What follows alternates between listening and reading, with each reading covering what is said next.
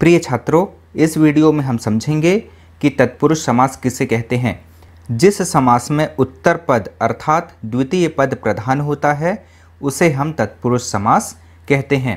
आपको याद रखना है कि तत्पुरुष समास में उत्तर पद अर्थात द्वितीय पद प्रधान होता है और इस समास में दोनों पदों के बीच कारक चिन्ह लुप्त रहता है। इसको हम उदाहरण के माध्यम से समझते हैं। उदाहरण है राजा का भवन।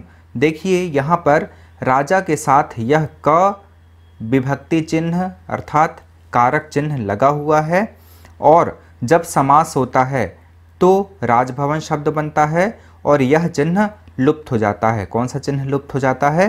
का अर्थात कारक चिन्ह लुप्त हो जाता है। दूसरा उदाहरण देखते हैं। सूर द्वारा रचित। इसका जब हम समास करते हैं यानी इसको सामासिक पद के रूप में लिखते हैं तब हम इसे सूर रचित लिखते हैं।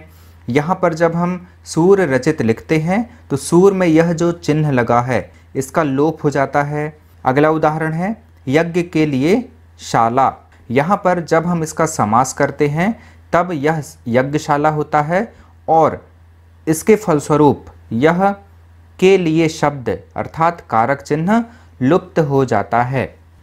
तो हमने इन उदाहरणों के माध्यम से समझा कि किस तरह से तत्पुरुष समास में कारक चिन्ह का लोप होता है। अब हम देखते हैं कि तत्पुरुष समास के कितने भेद होते हैं। तत्पुरुष समास के 6 भेद होते हैं। ये भेद विभक्तियों के नामों के अनुरूप होते हैं। पहला है कर्म तत्पुरुष, इसी को हम द्वितीय तत्पुरुष कहते हैं। दूसरा है करण तत्पुरुष, इसी को हम तृतीय तत्पुरुष कहते हैं। तीसरा है संप्रदान तत्पुरुष, इसी को हम चतुर्थी तत्पुरुष भी कहते हैं। चौथा प्रकार है अपादान तत्पुरुष, इसको हम पंचमी तत्पुरुष भी कहते हैं। अगला जो प्रकार है वह संबंध तत्पुरुष है और इसी को हम षष्ठी तत्पुरुष भी कहते हैं। और जो अंतिम प्रकार अर्थात छठा प्रकार है उसको हम अधिकरण तत्पुरुष या सप्तमी तत्पुरुष भी कहते हैं। तो ये समास के 6 भेद लिखे हुए हैं, आपको याद रखना है। इनका जो नामकरण है वह विभक्तियों के नामों के अनुरूप किया गया है। पहला है कर्म तत्पुरुष, इसी को हम द्वितीय तत्पुरुष भी कहते हैं। देखिए यहाँ क्या होता है, जिस समास में कर्म कारक की विभक्ति को का लोप होता है वहाँ कर्म तत्पुरुष या द्वितीय तत्पुरुष समास होता है। कर्म कारक की विभक्ति जो होती है या कारक चिन्ह जो होता है वह को होता है और इस समास में इस विभक्ति का अर्थात कारक चिन्ह का लोप होता है। यहाँ पर उदाहरण लिखे हुए हैं, हम इनके माध्यम से कर्म तत्पुरुष को या द्वितीय तत्पुरुष को समझने का प्रयास करते हैं। देखिए सबसे पहले हमने जो पहला कॉलम है उसमें विग्रह लिखा हुआ है और उसके बाद समासिक शब्द दूसरे कॉलम में लिखा हुआ है। यहाँ पर है रथ को चलाने वाला अर्थात रथ चालक। यहाँ पर विग्रह है और यह सामासिक शब्द है। रथ को चलाने वाला अर्थात रथ चालक। यहाँ पर हम देख रहे हैं कि यह जो विग्रह है रथ को चलाने वाला, इसका जब हम सामासिक शब्द लिखते हैं तो रथ चालक होता है और यहाँ पर इस को जो विभक्ति है या कारक चिन्ह है इसका लोप हो रहा है।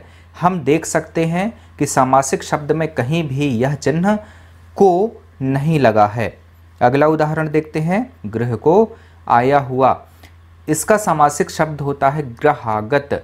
यहाँ पर इस को विभक्ति का लोप हो रहा है।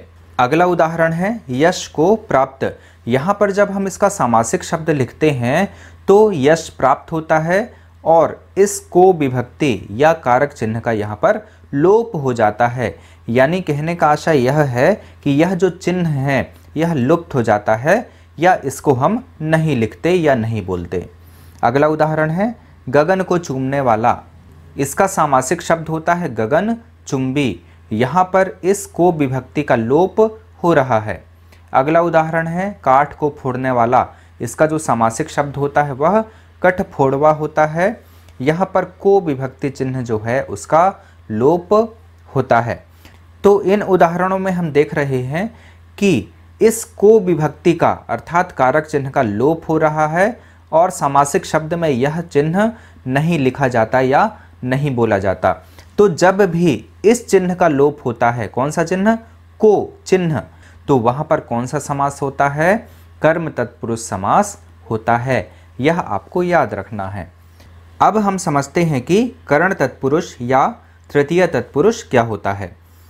जिस समास में करण कारक की विभक्ति से, के द्वारा या द्वारा इनका लोप होता है, वहाँ करण तत्पुरुष या तृतीय तत्पुरुष समास होता है।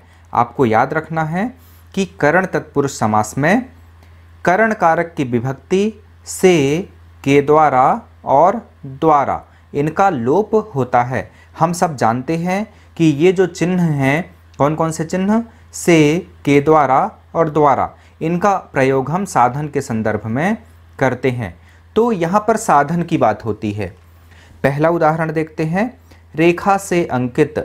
यहाँ पर जब इसका सामासिक शब्द लिखेंगे तो रेखांकित होता है। हम देख रहे हैं कि यहाँ पर से चिन्ह का लोप हो रहा है। अगला उदाहरण देखते हैं, सूर्य द्वारा रचित। इसका सामासिक शब्द जब हम लिखते हैं तो वह सूर्य रचित होता है। यहाँ पर द्वारा जो शब्द है उसका लोप है। भय से आकुल, इसका जब सामासिक शब्द लिखते हैं तो भयाकुल होता है। यहाँ पर से चिन्ह का लोप हो रहा है। मन से चाहा अर्थात मन चाहा, यहाँ पर से शब्द का लोप हो रहा है, इसलिए यहाँ पर भी करण तत्पुरुष है। अगला उदाहरण है, तुलसी रचित अर्थात तुलसी द्वारा रचित। इसको यहाँ पर विग्रह में होना चाहिए और तुलसी रचित को सामासिक शब्द में होना चाहिए। तुलसी द्वारा रचित अर्थात तुलसी रचित। हम यहाँ पर देख रहे हैं कि इस द्वारा शब्द का लोप सामासिक शब्द बनाने पर हो रहा है, इसलिए यहाँ पर करण तत्पुरुष समास है। यहाँ पर हमने देखा कि से, के द्वारा या द्वारा का जो प्रयोग है वह साधन के संदर्भ में होता है। अगला प्रकार देखते हैं, संप्रदान तत्पुरुष या चतुर्थी तत्पुरुष। जिस समास में संप्रदान कारक की विभक्ति के लिए या को का लोप होता है, वहाँ संप्रदान तत्पुरुष या चतुर्थी तत्पुरुष समास होता है। उदाहरण के माध्यम से समझते हैं। इस कॉलम में विग्रह लिखे हुए हैं और यहाँ पर सामासिक शब्द लिखे हुए हैं। पहला उदाहरण है, गौ के लिए शाला अर्थात गौशाला। यहाँ पर हम देख रहे हैं कि इसके लिए कारक चिन्ह का या विभक्ति का लोप हो रहा है, इसलिए यहाँ पर संप्रदान तत्पुरुष है। हम जानते हैं कि के लिए या को कारक चिन्ह जो होते हैं वे संप्रदान कारक में प्रयुक्त होते हैं। यज्ञ के लिए शाला अर्थात यज्ञशाला। यहाँ पर हम देख रहे हैं कि के लिए कारक चिन्ह का लोप हुआ है, इसलिए यहाँ पर कौन सा समास है, संप्रदान तत्पुरुष समास है। प्रयोग के लिए शाला अर्थात प्रयोगशाला। यहाँ पर भी के लिए कारक चिन्ह का लोप हो रहा है। स्नान के लिए घर अर्थात स्नान घर। यहाँ पर भी के लिए कारक चिन्ह का प्रयोग हुआ है और इसका लोप होता है। अगला उदाहरण है, माल के लिए गाड़ी अर्थात मालगाड़ी। यहाँ पर भी हम देख रहे हैं कि के लिए कारक चिन्ह का लोप हो रहा है, इसलिए यहाँ पर भी संप्रदान तत्पुरुष समास है। संप्रदान तत्पुरुष को ही हम चतुर्थी तत्पुरुष भी कहते हैं। तत्पुरुष समास के अंतर्गत जो अगला प्रकार है वह है अपादान तत्पुरुष। इसी को हम पंचमी तत्पुरुष भी कहते हैं। जिस समास में अपादान कारक की विभक्ति से का लोप होता है वहाँ अपादान तत्पुरुष या पंचमी तत्पुरुष समास होता है। अभी हमने आपको बताया था कि से जो विभक्ति है या कारक चिन्ह है इसका प्रयोग करण तत्पुरुष में भी होता है, ठीक है। लेकिन आपको यहाँ पर ये याद रखना है कि करण तत्पुरुष में से का प्रयोग साधन के रूप में होता है, जबकि अपादान तत्पुरुष में इस से का प्रयोग अलग होने के भाव से होता है। जैसे वृक्ष से पत्ते का गिरना, यहाँ पर वृक्ष से पत्ता अलग हो रहा है, इसलिए से जो है यह अपादान के अंतर्गत आता है। एक उदाहरण लेते हैं, मैं बस से दिल्ली गया। तो मैं बस का उपयोग करके अर्थात साधन के रूप में उसका उपयोग करके दिल्ली गया, तो यहाँ पर से का उपयोग या से का प्रयोग साधन के रूप में हो रहा है। जिस समास में अपादान कारक की विभक्ति से का लोप होता है वहाँ अपादान तत्पुरुष या पंचमी तत्पुरुष समास होता है। उदाहरण देखते हैं। जीवन से मुक्त अर्थात जीवन मुक्त, यहाँ पर देखिए से कारक चिन्ह का लोप यहाँ पर हो रहा है। अगला उदाहरण है देश से निकाला, यहाँ पर देश से अलग होने का भाव है। ये जो से है इसका प्रयोग अलग होने के भाव के रूप में हुआ है, तो देश से निकाला अर्थात देश निकाला, इसीलिए यहाँ पर अपादान तत्पुरुष समास है। पद से च्युत यानी कि पद से अलग होने का भाव है, इसीलिए यहाँ पर भी अपादान तत्पुरुष है। ऋण से मुक्त, ऋण से मुक्त, यहाँ पर भी इस से का उपयोग हुआ है और सामासिक शब्द जब बनाते हैं तो इसका लोप हो रहा है। गुण से हीन अर्थात गुणहीन, यहाँ पर इस से का प्रयोग हुआ है और सामासिक शब्द बनाने के फलस्वरूप इसका लोप हो जाता है, इसलिए यहाँ पर अपादान तत्पुरुष समास है। तत्पुरुष समास के अंतर्गत जो अगला प्रकार है वह है संबंध तत्पुरुष, इसी को हम षष्ठी तत्पुरुष भी कहते हैं। जिस समास में संबंध कारक की विभक्ति का, के, की का लोप रहता है वहाँ संबंध तत्पुरुष या षष्ठी तत्पुरुष समास होता है।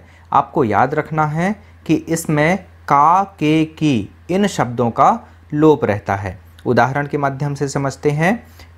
राजा का भवन अर्थात राजभवन, देखिए भवन का संबंध किससे है? राजा से है और यहाँ पर का विभक्ति का लोप है, इसीलिए यहाँ पर संबंध तत्पुरुष है। विद्या का सागर अर्थात विद्या सागर, विद्या का, यहाँ पर विद्या के साथ का विभक्ति लगी हुई है और समास जब करते हैं तो इस का विभक्ति का लोप हो जाता है। अगला है देव का आलय, आलय का संबंध किससे है? देव से है। देव के साथ यहाँ पर का विभक्ति लगी है और समास करते समय इसका लोप हो जाता है।